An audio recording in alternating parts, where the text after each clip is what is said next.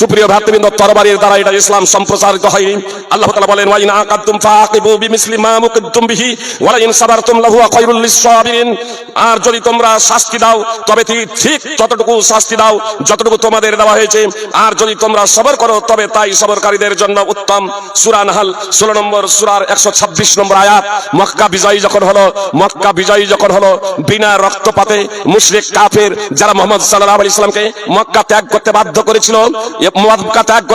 করেছিল এবং অনেক সাহাবাকে শহীদ করে দিয়েছিল অন্যায়ভাবে। এবার মক্কা বিজয় হয়েছে, তারা নিজেদের ওই কাফের এবং মুশরিকরা তারা নিজেদের অপরাধকে স্মরণ করে, অতীতের অপরাধকে স্মরণ করে তারা ভীত এবং সন্ত্রস্ত হয়ে তারা ঘরে প্রবেশ করে দরজা এবং জানালা বন্ধ করে দিয়েছিল।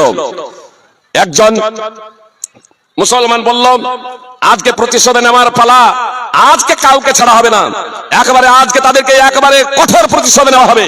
তার কারণ উহুদের যুদ্ধে তারা হামজা সহ বেশ কিছু সাহাবীর নাক কান কর্তন করেছিল। এরা মুহাম্মদ সাল্লাল্লাহু আলাইহি সাল্লামকে অত্যন্ত ব্যথা দিয়েছিল। তো আজকে তাদের পূর্ণ প্রতিশোধ নেওয়া হবে, এই ভাবনায় ভাবছেন কিছু সাহাবায়ে কেরাম।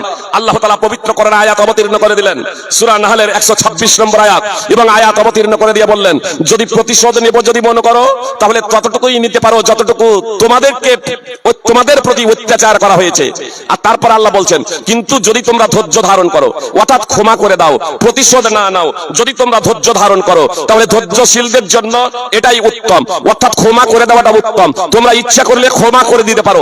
মুহাম্মদ সাল্লাল্লাহু আলাইহি সাল্লাম ক্ষমার বাণী ঘোষণা করলেন, ক্ষমার বাণী 4 জন ব্যতীত ক্ষমার কথা ঘোষণা করে দিলেন। মক্কার যত কাফের এবং মুশরিক আছে সবকে ক্ষমা করে দেওয়া হলো। পরিণতি কি হয়েছিল জানেন? আবু হুরায়রা রাদিয়াল্লাহু তাআলা আনহু প্রত্যক্ষদর্শী, তিনি বলছেন, ফাখারাজু কাআন্নামা নাশারু মিনাল কুবুরি ফাদাখালু ফিল ইসলাম। তারা ঘর থেকে বের হচ্ছে, তাদের চোখে মুখে তখন উদাসীনতার ছাপ, যেন হাসরের ময়দানে কবর থেকে বের হচ্ছে। ফাদাখালু ফিল ইসলাম, কালেমা শাহাদাত পাঠ করে তারা মুসলমান হয়ে গিয়েছিলেন। ইমাম বাইহাকির আস-সুনানুল কুবরা হাদিস নম্বর 18275। সুপ্রিয় ভ্রাতৃবৃন্দ ও ভগিনীগণ, আমি কথা শেষ করছি এ কথা বলে, ওই 4 জনের মধ্যে আবার ইকরামা, সে আপনার পালিয়ে যাচ্ছিল সিরিয়ার দিকে। আপনার পথিমধ্যে আপনার যখন নৌকায় আরোহণ করে বিশাল ঝড়ের কবলে পড়ে নৌকা, তখন নৌকার যারা নাবিক ছিল তারা প্রত্যেকেই বলতে শুরু করলো, আখলিসু ফা ইন্না আলিহাতাকুম লা তুগনি আনকুম হাহুনা। তোমরা সকলেই এখন একাগ্র চিত্তে বিশুদ্ধ অন্তঃকরণে এক ও দ্বিতীয় আল্লাহ তাআলার ইবাদত করো। যখন মহা বিপদে পড়ে যায়, একবারে কঠোর বিপদে, একেবারে যখন নিরুপায়, কোনো আর পথ খুঁজে পাওয়া যায় না, তখন সব আল্লাহকে ডাকে। আর হালকায় একান্ত বিপদে পড়লে বর্তমানে মুশরিকরাও আপনার ওই কে মূর্তি পূজা, কে আপনার কবর পূজা, কে ব্যক্তি পূজা, কে চন্দ্র পূজা, কে সূর্য পূজা ইত্যাদি সব করে থাকে।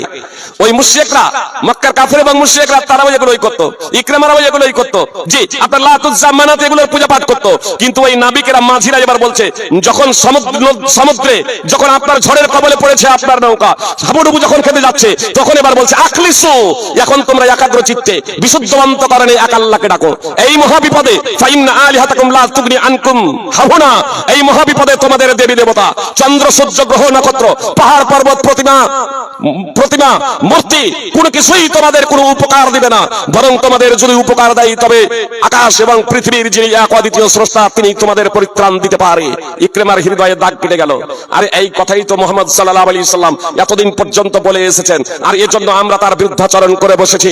যদি এই মহাবিপদের সময় সমুদ্রে যদি এক অদ্বিতীয় আল্লাহ ছাড়া কেউ যদি পরিত্রাণ দিতে না পারে, তবে আমার দৃঢ় বিশ্বাস আপনার স্থলভাগেও বিপদের সময় একমাত্র আল্লাহই পরিত্রাণ দেবেন। সে অঙ্গীকার করছে, আল্লাহ, এই যাত্রায় যদি আমি বেঁচে যাই, সিরিয়া নয়, আমি ফিরে যাব মক্কা, আর মুহাম্মদ সাল্লাল্লাহু আলাইহি সাল্লামের হাতে হাত রেখে কালিমা শাহাদাত পাঠ করে মুসলমান হয়ে যাব। তিনি আপনার সেই যাত্রায় বেঁচে যাচ্ছেন, মুহাম্মদ সাল্লাল্লাহু আলাইহি সাল্লামের কাছে ফিরে আসছেন, কালিমা শাহাদাত পাঠ করে তিনিও মুসলমান হয়ে যাচ্ছেন। সুনানে নাসাই হাদিস নম্বর 4067। 2023 25 ফেব্রুয়ারি ভুনকেবের ইংল্যান্ডে আলফ্রেড উইলিয়াম বেস্ট কালেমায়ে শাহাদাত পাঠ করে মুসলমান হয়ে গেলেন। আলহামদুলিল্লাহ, আপনার বিভিন্ন সময় কালেমায়ে শাহাদাত পাঠ করে বিভিন্ন মানুষ ইসলাম কবুল করছেন। কথা শেষ করছি এই কথা বলে আপনাদের, যে বাংলাতেও বইটা পেয়ে যাবেন, এক খোদা ইনসান বান গিয়া। স্বামী আনন্দ বার্মাই চন্দ্র থাইল্যান্ডে শিক্ষা গ্রহণ, বৌদ্ধ ধর্মের বিশ্বের 5 জনের মধ্যে একজন। একই সাথে একই টেবিলে কয়েকবার খাওয়া দাওয়ার সৌভাগ্য হয়েছিল ভদ্রলোকের সাথে। আমাদের পশ্চিমবাংলার মাটিতে এসেছিলেন, তিনি তামিল ভাষায় বইটা লিখেছিলেন। মানুষ জাতকে ভগবান বলে বিশ্বাস করতে বৌদ্ধ ধর্মের 5 জনের মধ্যে একজন স্বামী আনন্দ, তিনি কালেমায়ে শাহাদাত পাঠ করে মুসলমান হয়ে গেলেন। অথচ ইসলামকে এবং মুসলমানকে পৃথিবীর 1 নম্বর শত্রু হিসেবে মনে করতেন। শুনে শুনে যখন জানলেন ইসলাম এবং মুসলমান সম্পর্কে যখন অবগত হলেন, তখন তার ধারণা পরিবর্তন হয়ে গেছে। সুপ্রিয় ভাতৃবৃন্দ, ভগিনীগণ, আসুন আমরা প্রকৃত মুসলমান হয়ে যাই, কোরআন এবং সুন্নাহর অনুসারী হয়ে যাই। যদি প্রকৃত অর্থেই আমরা কোরআনের প্রকৃত অনুসারী হয়ে যাই, আমরা প্রকৃত অর্থেই যদি কোরআন এবং সুন্নাহর অনুসারী হয়ে যাই, প্রকৃত অর্থেই যদি আমরা যদি মুসলমান হয়ে যাই, এসআইআরকে দেখে যে আতঙ্কে আছেন না, এর থেকে বেশি আতঙ্কগ্রস্ত হতে হবে আল্লাহর শাস্তি এবং তার অসন্তুষ্টির কারণে। এই ভয় আমার অন্তরে যদি জাগ্রত যদি হয়, তাহলে ইনশাআল্লাহ সমাজ পরিবর্তন হয়ে যাবে, আপনার কোনো কিছুই করতে পারবে না। আল্লাহ তাআলা আমাদের প্রত্যেককে প্রকৃত অর্থে মুমিন হওয়ার, মুসলমান হওয়ার তৌফিক দান করেন।